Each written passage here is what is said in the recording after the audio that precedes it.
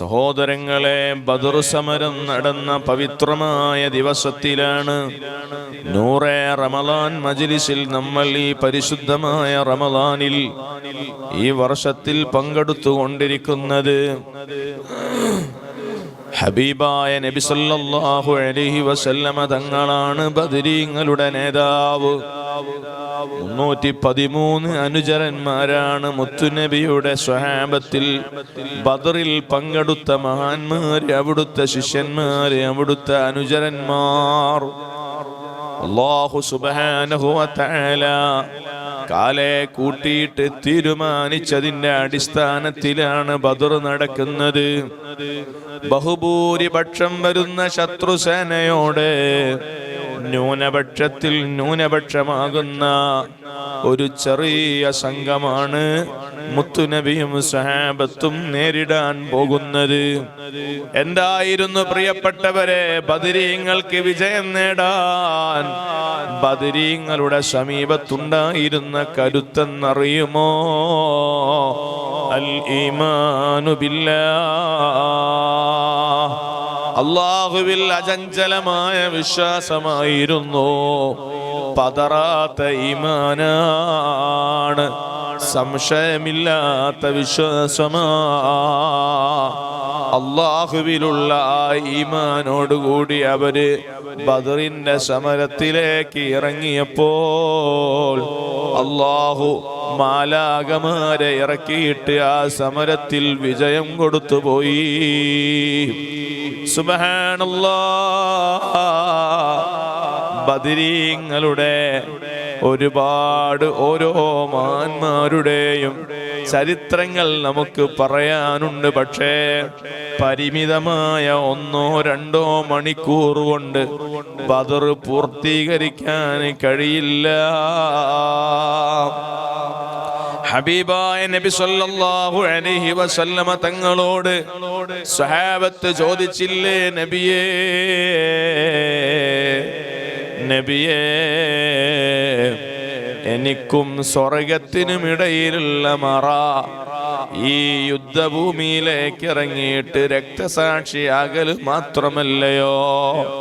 ഹബീബായ നബി സല്ലല്ലാഹു അലൈഹി വസല്ലമ തങ്ങൾ അവരോട് പറഞ്ഞു, വസാരിഉ ഇലാ മഗ്ഫിറത്തിൻ മിർ റബ്ബിക്കും വജന്നത്തിൻ അർളുഹാ അസ്സമാവാതു വൽ അർളു ഉഇദ്ദത് ലിൽ മുത്തഖീൻ.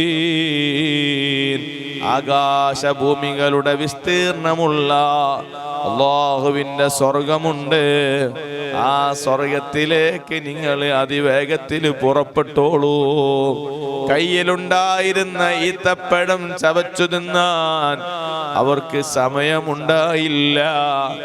ആ ഈത്തപ്പഴം തിന്ന് തീരുന്നത് വരെ അവര് കാത്തിരുന്നില്ല. അവര് സ്വർഗം ലക്ഷ്യം വെച്ച് അല്ലാഹുവിന്റെ തൃപ്തി കാംക്ഷിച്ച് സമരരംഗത്തേക്ക് ഇറങ്ങുന്നു. ഈമാനുള്ള ഉമ്മമാരെ, ബദരീങ്ങളെ കുറിച്ച് ലോകം എന്നും അനുസ്മരിക്കുന്നത് ഈമാനിന്റെ പുരോഗതിക്ക് വേണ്ടിയാണ്. ബദരീങ്ങളെ മാറ്റി നിർത്തിയിട്ടൊരു ഇസ്ലാം നമുക്ക് അറിയില്ല. ബദരീങ്ങളെ പറയാതെ ഒരു ഈമാൻ നമുക്കില്ല. ബദരീങ്ങളെ അയവിറക്കാത്ത ഒരു മതമോ ഒരു ആത്മീയതയോ നമുക്കില്ല. പരിശുദ്ധ ഖുർആനിൽ എത്ര സ്ഥലങ്ങളിലാണ് ബദറിന്റെ രംഗം ഓർമ്മിപ്പിക്കുന്നത്, ബദരീങ്ങളെ അനുസ്മരിക്കുന്നത്. അല്ലാഹ് ആ ബദരീങ്ങളുടെ ഹദ്റത്തിലേക്ക് ഞങ്ങളെ നൂറെ റമളാനി എത്തിക്കണേ അല്ലാഹ്. ഈ നൂറെ റമളാനിൽ പങ്കെടുക്കുന്ന എല്ലാവർക്കും ബദരീങ്ങളെ കാവല് തരണേ അല്ലാഹ്. ബദരീങ്ങളുടെ നോട്ടം നൽകണേ അല്ലാഹ്. ബദർ സമരത്തിൽ ഹബീബായ തങ്ങളെ കൂടെ സ്വഹാബത്ത് ഇറങ്ങിയപ്പോൾ അവർക്ക് വിജയം ലഭിക്കാനുണ്ടായ രണ്ടാമത്തെ കാര്യം മഹബ്ബത്തു റസൂലില്ലാഹ് സ്വല്ലല്ലാഹു അലൈഹി വസല്ലമ തങ്ങളോടുള്ള മഹബ്ബത്താണ്. സുബ്ഹാനല്ലാഹ്. ബഹുമാനപ്പെട്ട സഅദ് റളിയല്ലാഹു തആല അൻഹു തങ്ങളെ അവിടുത്തെ ചരിത്രം അറിയാവുന്നതല്ലേ? ബഹുമാനപ്പെട്ട ഉക്കാശ റളിയല്ലാഹു അൻഹു സഹാബത്ത് പലരും ഹബീബായ തങ്ങളെ എത്രയാണ് സ്നേഹിച്ചത്. ആ ഭൂമേനിയിൽ ഒരു സ്പർശനത്തിന് വേണ്ടി അവരെ ആഗ്രഹിക്കുകയാണ്. സമരത്തിന് ക്യൂവിൽ നിർത്തിയപ്പോൾ തങ്ങളുടെ കയ്യിലുള്ള വടി കൊണ്ട് ആ ക്യൂ സിസ്റ്റം പാലിക്കാൻ ചെറിയ നിർദ്ദേശം നൽകുമ്പോൾ ആ വടി കൊണ്ട് ഒരു സഹാബിയുടെ വയറ്റിന്റെ മുകളിൽ അവിടുന്ന് സ്പർശിക്കുകയാണ്. ആ സഹാബി പറയുന്നു, നബിയേ, ഈ വടി എൻ്റെ ശരീരത്തിൽ തട്ടിയപ്പോൾ എനിക്ക് പ്രയാസം അനുഭവപ്പെട്ടിട്ടുണ്ട്. അതുകൊണ്ട് എനിക്ക് അവിടുത്തോട് ഖിസാസ് എടുക്കണേ നബിയേ, പ്രതികാരം ചെയ്യണേ നബിയേ. സ്വഹാബത്തിന്റെ മുന്നിൽ നിന്നല്ലേ ചോദിക്കുന്നത്. ഈ നിർണായക വേളയിൽ എന്തിനാണ് ഈ സ്വഹാബി മുത്തുനബിയോട് ഇങ്ങനൊരു പ്രതികാര നടപടിക്ക് മുതിരുന്നത്? സ്വഹാബികൾക്ക് പലർക്കും രസിച്ചില്ല. സ്വഹാബത്തിനെ എല്ലാവരെയും മുത്തുനബി അടക്കി നിർത്തുകയാണ്. ഇതിന്റെ പിന്നിലൊരു രഹസ്യമുണ്ടെന്ന് അവിടുന്ന് ബോധ്യപ്പെടുത്തി കൊടുക്കുകയാണ്. വടിയങ്ങ് കൈമാറുന്നു.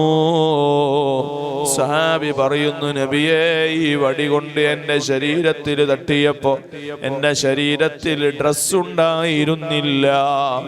അതുകൊണ്ട് ആദരവായ നബിയെ, അവിടുത്തെ ശരീരത്തിലുള്ള കുപ്പായം ഒന്ന് അഴിച്ചു തരുമോ? മുത്തുനബി സല്ലല്ലാഹു അലൈഹി വസല്ലമ തങ്ങളാ കുപ്പായം അങ്ങ് മാറ്റിക്കൊടുക്കുകയാണ്. സുബ്ഹാനല്ലാഹ്. കയ്യിലുണ്ടായിരുന്ന വടിക്കഷ്ണം ഹബീബായ തങ്ങളെ കയ്യിലേക്ക് തന്നെ തിരിച്ചേൽപ്പിച്ചുകൊണ്ട് മുത്തുനബിയുടെ ശറഫായ ശരീരമങ്ങ് ആലിംഗനം ചെയ്ത് ചുടുചുംബനം നടത്തി മുത്തി മണക്കുന്നു.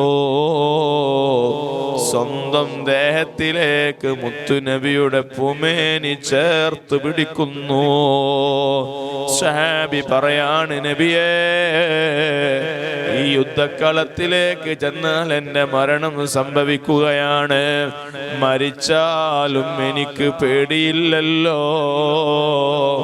എൻ്റെ ശരീരം ഖബറിൽ കൊണ്ടുപോയി വെക്കപ്പെട്ടാൽ മുത്തുനബിയുടെ പൂമേനിയുടെ സ്പർശനം കൊണ്ട് അനുഗ്രഹീതമായ എൻ്റെ ശരീരത്തെ ഖബർ ശിക്ഷിക്കൂലല്ലോ. ഈ ശരീരത്തെ അല്ലാഹ് നരകത്തിലിടൂലല്ലോ. കാരണം എൻ്റെ ശരീരം അല്ലാഹുവിന്റെ ഹബീബിന്റെ അന്ത്യപ്രവാചകരുടെ ശരീരം തൊട്ടുപോയല്ലോ. അവിടുത്തെ പൂമേനിയുടെ മുബാറക്കായ സ്പർശനത്തിന് വേണ്ടിയാ ഞാൻ ഈ തന്ത്രം മെനഞ്ഞതെന്ന് സ്വഹാബി പറയുകയാണ്. അസ്ഹാബുൽ ബദറിന്റെ വിജയത്തിന്റെ രണ്ടാമത്തെ അടിസ്ഥാന കാരണം മഹബ്ബത്തു റസൂലില്ലാഹ് സ്വല്ലല്ലാഹു അലൈഹി വസല്ലം തങ്ങളോടുള്ള മഹബ്ബത്താണ്.